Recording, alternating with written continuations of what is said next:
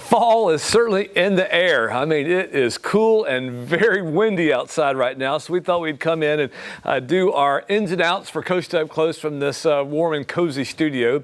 And behind me is a set. We had a great interview. I had the privilege of interviewing Rachel Murphy, the sister of our very own Ian Skelly here, producer at WHBR. She wrote a book called I Am Not Your ATM, a practical plan for teaching your teen to manage money. You know, money can stir up a lot of arguments in a family, and of course we have such little knowledge of how to effectively manage money, especially our teens, and this book is a great guide. You don't want to miss that interview. Very practical. That's ahead, but also we're going to have a throwback segment. We're going to feature my beloved mother-in-law, Marion Spooner, Beverly's mom extraordinaire. She recently graduated to heaven very unexpectedly in a way. I mean, it was cancer, very aggressive form. She left way too soon. But she has an amazing ministry at her church, First Baptist Milton. She was the director of their food pantry. And so we highlighted that food pantry ministry, and we thought it'd be very appropriate to highlight what's going on. It's a huge impact in Santa Rosa County, and just a great way to honor Marion Spooner, who we love and miss so much. And of course, she was a great volunteer here at WHBR as well. I mean, she helped in our accounting, watered the plants, kept things clean around here. And tell you what, Marion will be so missed. And so we're going to honor her on today's show as well. It's all coming up right now on Coast Up Close.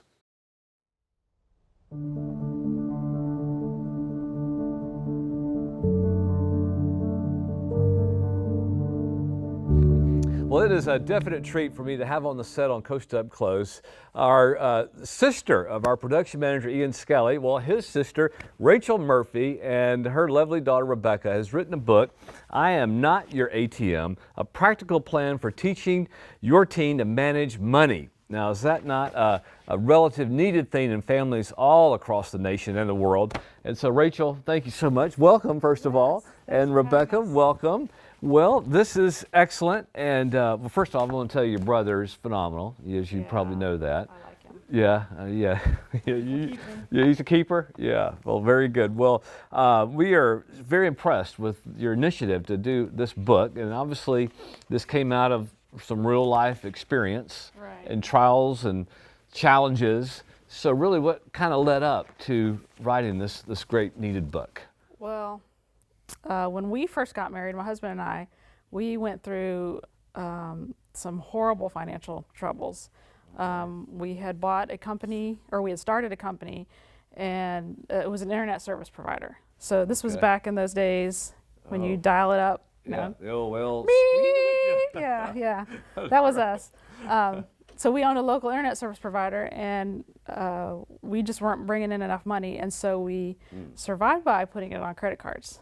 And at the end there, when we sold, we were $50,000 in debt and had no jobs and no income. And so we spent 5 years digging out of that hole that we got ourselves into. Wow. And we said, when we had kids, we're going to teach them so they know, they really know how to handle money. How to avoid maybe some of the pitfalls that you and your husband went through. Yeah, and I think it's not to say anything bad about our parents, because our parents did what most every other parent did. Yeah. But in their generation, when they were taught about money, if you ran out of money, you were done, right? But our generation, we had credit cards, so they didn't really think about the long-term effects of what this was going to do, to their kids. Right. So, I mean, yeah, they probably gave us the speech, don't get into debt, but really, what does that mean when you're when you're a teenager? Yeah, and you can just so easily use the credit card. Right. And so, which is really a trap for so many, isn't it? Yeah. So it was horrible having to dig out of that.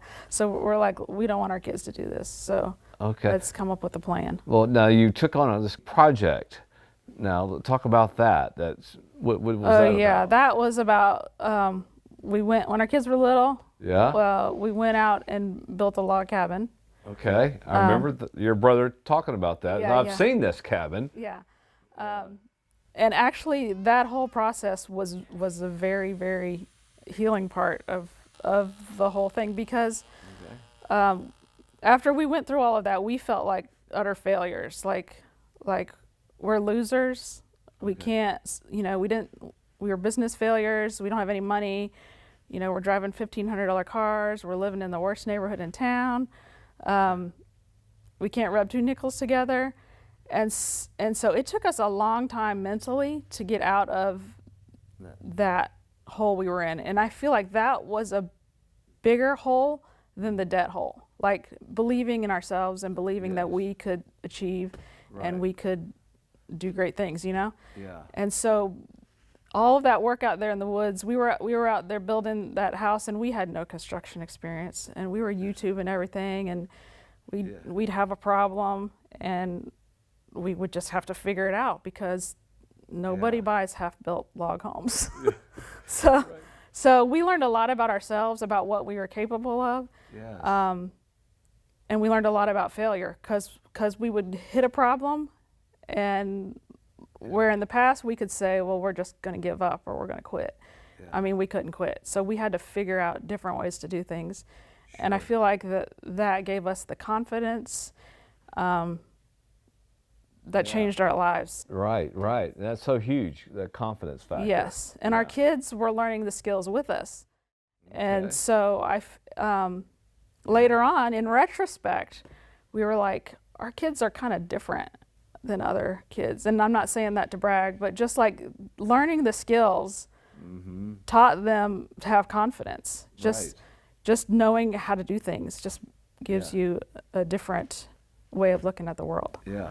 Okay, so, but obviously you're, Rebecca, like all kids, they come to mom and dad for money. I mean, we had stepson, he did the same thing. To me, I felt like an ATM, very appropriate title.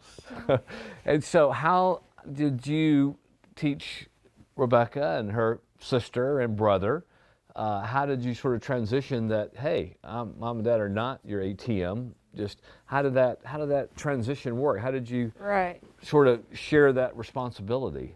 Well, when they were little, we did the normal, here, save and give, and then you can spend the rest. But as they got to be older, Rebecca was a little bit older when we started, but the younger, she has 3 younger siblings, and as they got to be like 5th, 6th grade, we started turning over parts of the budget to them that were related to them. So we started keeping track. What do we spend money on them for? And then we started small. That way, if they if they messed up, it wasn't going to hurt too much. Like let's just do maybe like spending money, or for really little kids, you could do lunch money. They get it once a month. They got to work it out. Yeah. And if they mess it up, you got to pack a lunch from home. Or concessions at ball games, that's a big one if you have kids in sports. Every game they want money for concessions. Well, give it to them once a month and let them budget it. And then, so one of the big ones we started with was, we'd go out once a week after church to eat. And so we're like, okay, we'll give you your salary for that once a month, and then every week you have to buy. And they really got to where they're like, I'll have the water.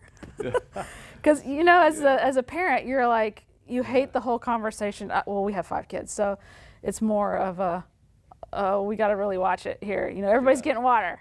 And I always felt guilty about that. I always felt like, they were like, Mom, making us get water. But once they had the control, they made the same decision. So, Rebecca, let me just ask you, how did that, I mean, this is such a novel thing for a teenager to be kind of having your own budget for these type of expenses of going out, paying. You're on a separate tab at a restaurant. What was it like for you to kind of deal with this? Were you happy about it? Were you excited, or how did that work? It made me feel really independent, like grown up. Like, oh, I get to pay for this with my own debit card. Yeah, it really, you started to pay attention not just to the pictures of the food, but the prices, didn't you?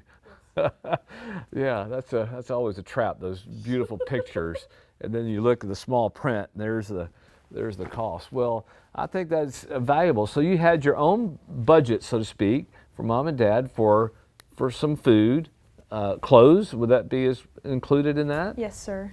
Wow. So you're looking for savings, making sure you hit the sales for a pair of jeans or whatever? Definitely. Wow.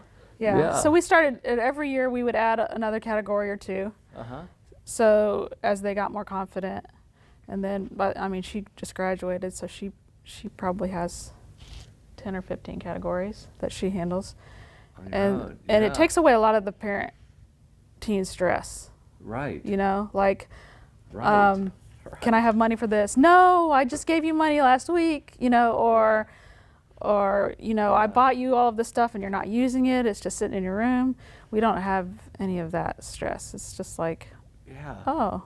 Rachel, that's wonderful. Yeah, what a good tool this is, and not if you're a grandparent and you would like your grandchildren to be having this type of skills learned at an early age, and you want your son and daughter to relay this to them. Well, pick up your copy of "I Am Not Your ATM" by Rachel Murphy, and I just so pleased that this resource is now available, because I think, you know, God has called us to be stewards. Right. You know, if we're not faithful over little things, He's not going to, you know, make us responsible over greater things. And I think the little things of, you know, dealing and managing our money is just a prime way of showing God that we can be faithful, you know, wise stewards. Right. Yeah, I think a lot of people, money's kind of a taboo topic. Yes. Especially for Christians. Why don't you think more families don't have this kind of discussion, and we just kind of have to figure it out on our own as kids? I think a lot of it well, as Christians, I think we don't want to be seen as greedy or materialistic, and so we don't talk about it. But Jesus talked about money all the time. Yes. Yes. He didn't shy away from that. And if you don't teach it, where are they going to learn it? Yeah. From their broke friends? Yeah. Yeah. Well, Rebecca, let me just ask you, what do you think you've learned, and when you think back and some of the early days of doing your own budget of the money that mom and dad gave you, what were some of the, would you say, a valuable lesson or some things that you learned about kind of handling your own money? Definitely taught me at a younger age how to handle it correctly, how to realize like what you're spending more on, and like having control of my spendings, like self-control over that, because sometimes you'll be like, oh, there's this really nice pair of shoes I want, but I don't have the money in the category for that. And then like if you decide to buy it otherwise, then you will be like, well, now I don't have money for other stuff. And so it like helped teach me, I don't know exactly what word I'm trying to say is, but it helped. Yeah, prioritize. Prioritize, yeah. It helps teach me how to prioritize. Yeah, well, that's great. And now that you're first time in your own apartment, you are set up so much better now, you know, to succeed in life outside of home. And I think that's just a brilliant parenting move that you and Keith did. Yeah. A lot of parents and teenagers, they fight. Kids love to have control. Why not just let them have some? Give them control. Brilliant. Right. There you go. Yeah, so true. Well, Rachel, Rebecca, thank you for coming on and sharing this. And I'm Not Your ATM, a practical plan for teaching your teen to manage money. Rachel Murphy, and Rachel, I assume they can pick this up at Amazon or? Yes. Amazon, Barnes & Nobles, or any of the other online book retailers. Okay, brilliant. Well, this is very good, very practical, relevant, and needed more than ever in this society. We've got to have it right now. And so, and let's just be wise stewards. So, blessings on you, Rachel. Thank you. And yeah, we'll keep your brother around here too. Rachel Murphy and her lovely daughter Rebecca. God bless you both.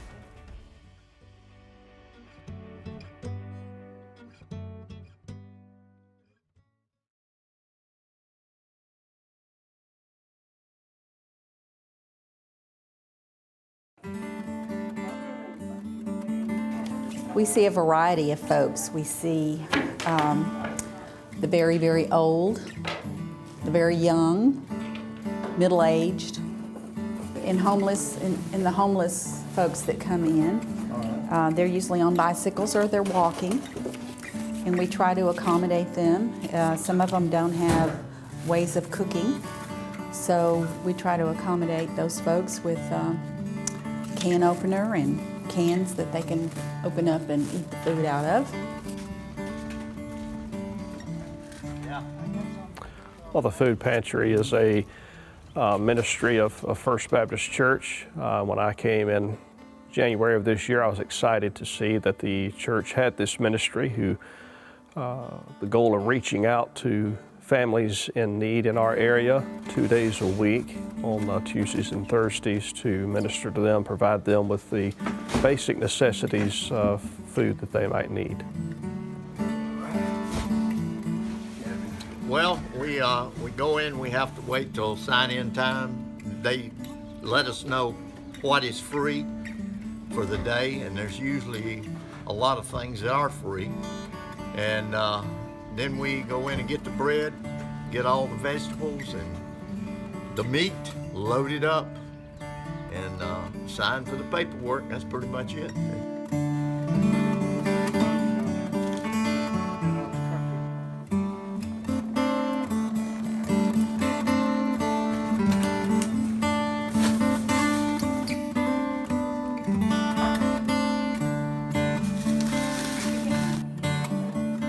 Each person has to fill out one of these forms.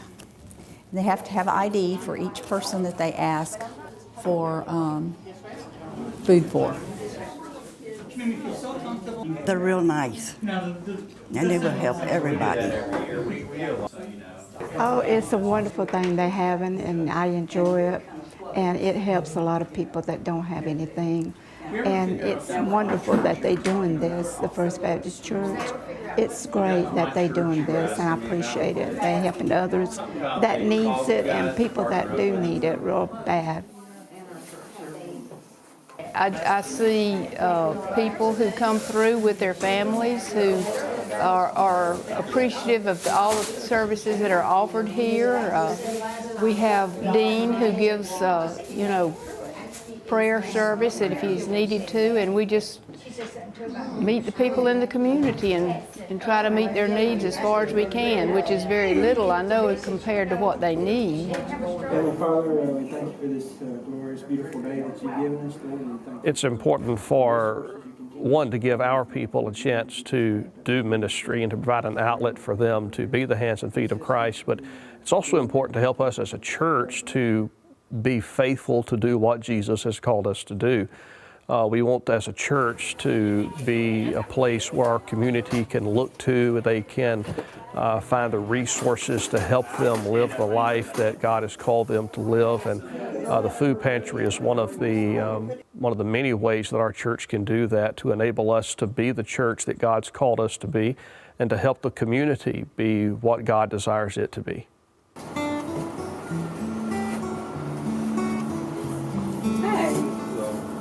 I work at the window where we distribute the food. I will, depending on the number of people they have in their family, hand them out bags of produce, meat, bread, and canned goods.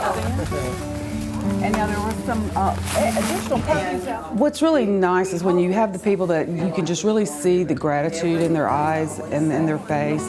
That's what makes it so worthwhile, that you feel like then you're making a difference. Some people, they just don't even want to make eye contact with you, but some people, it's like they just are starved for a little bit of love, not just food, but love also. And just to touch them, physically touch them sometimes just seems to really brighten their day, because I think a lot of times they just feel like they're shunned. And I think that's what we offer them here. It's not just food, but love. If it wasn't for this, well, I wouldn't be able to feed my kids sometimes. It's like right now, whatever we get today, I'm taking home to cook dinner for my 5 children. It actually lets you know that people are out here that want to try to help, and even if it is just a little bit at a time, it's a little bit's better than absolutely nothing. It makes me look at people differently. You know, you pass them on the street all the time and you don't know what they're going through, but here you do. You find out what people are going through. You find out what their problems are, what their needs are. And, you know, there's people out there that you run into on the street all the time, and you don't realize what their problems really are until you've actually had a chance to be someplace where you can experience it with them. And that's made a difference in the way that I interact with just strangers in general. Y'all have a good day. Each year, this ministry has grown. We've touched more and more people. In 2015, we fed a little over 15,000. Last year, we fed over 19,000. So the need is growing. It's our hope that we can integrate more and more the meeting of spiritual needs with meeting this physical need as well, of being able to pray with people more, share Christ more, as our pastor has given a vision for, perhaps do other benevolent ministries such as helping with finances, help in terms of financial planning, in terms of being able to have educational opportunities. We'd love to see this ministry grow to truly transform lives. I do believe that we're here to honor each person that comes to this window. We don't know their circumstances. A lot of them are hurting, and we're here to help them, just like the last couple said that they were very hungry. And so we are here to provide them food, which the Lord has given us to provide, and it's just a great ministry. It's amazing when you sit here, you know, people come in for food or for help with food, but it's amazing how many people just need somebody to talk to and encourage them and let them realize that this is not the end of the road, that there are people who are willing to help them, and just to encourage them to move forward with their lives, that there's a better day there for them. It's very humbling when you hear some of the difficulties that these families are facing, and a lot of times it's through no fault of their own. It's just life events have knocked them down, and it makes me even more aware of the blessings that I have in my life that the Lord has done for me and my family all the time. The team works very well together. They are very well organized. Marion does a great job just putting people together, putting them in where they're most comfortable, and they do a great job of keeping track of things, of keeping track of names, of praying with the people who come, and making sure that they're well served. We give everybody that comes the guidelines so that they'll know what to expect. It tells the time that we're open and all the pertinent information, especially about IDs. When someone wants food for maybe 7 or 8, we really like to have IDs for each one of these, just so that we can know that there is that many in the family. But I call these guidelines and not rules because, well, the Lord is in charge of this pantry and not us and not me. So if the Lord impresses upon someone that's working here to give more, to help in some way, then that's wonderful. That's wonderful. We would hope to, in the future, for the food pantry ministry to become such a vital part of our outreach. It is a tool that we use to show the love of Jesus to our community and to allow our people to be the hands and feet of Christ in our community. And we certainly, our prayer is that it will grow, that more people will get involved, that more food will be delivered, and as the Lord sends us people to minister to, that we would have the resources to minister to them. I've seen a lot of people helped. Hopefully a lot of people, spiritually as well as physically been helped. It was a good day. I'm so thankful that I was here to help them. In my minor way that I do, but every little bit helps. It was a good day. I saw many people being helped, and it has been a blessed day. It's been a great day. We had a lot of people come through, and it's a blessing to see us be able to help them. We saw a lot of people today, and it was a really good day. God provided well for them all. It was a good day. It's been a great day. It was a very good day today. We had helped some folks today. It was a good day. A lot of folks come through today who had real needs, and it was just a blessing to help them. It was a good day.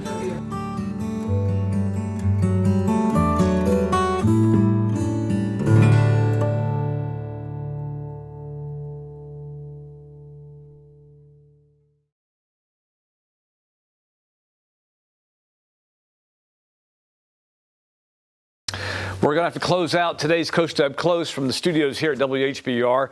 I trust you enjoyed that highlight of the food pantry ministry of First Baptist Church Milton and the great impact that they have and are continuing to do. That's expanding, and it's chiefly responsible due to Marion Spooner, my beloved mother-in-law, and she passed away very recently, and we wanted to go back and show you this article and highlight her role there as director of the food pantry ministry. She was a huge help and at WHBR as a volunteer here, helped in the accounting department, paying the bills, keeping our plants watered and alive, looking good, and just so much more. I mean, the list is endless. She is the kindest, sweetest, most considerate person I believe I've ever had the honor to know, and we all miss her very, very much, and we look forward to seeing her beautiful face again sooner than I think we all will admit to, because life is just so short.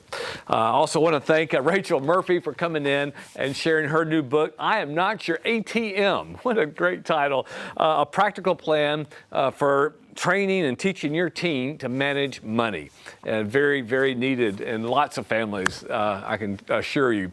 Well, listen, have a blessed week, everybody. Stay warm, and we'll be back here having a good time in Him.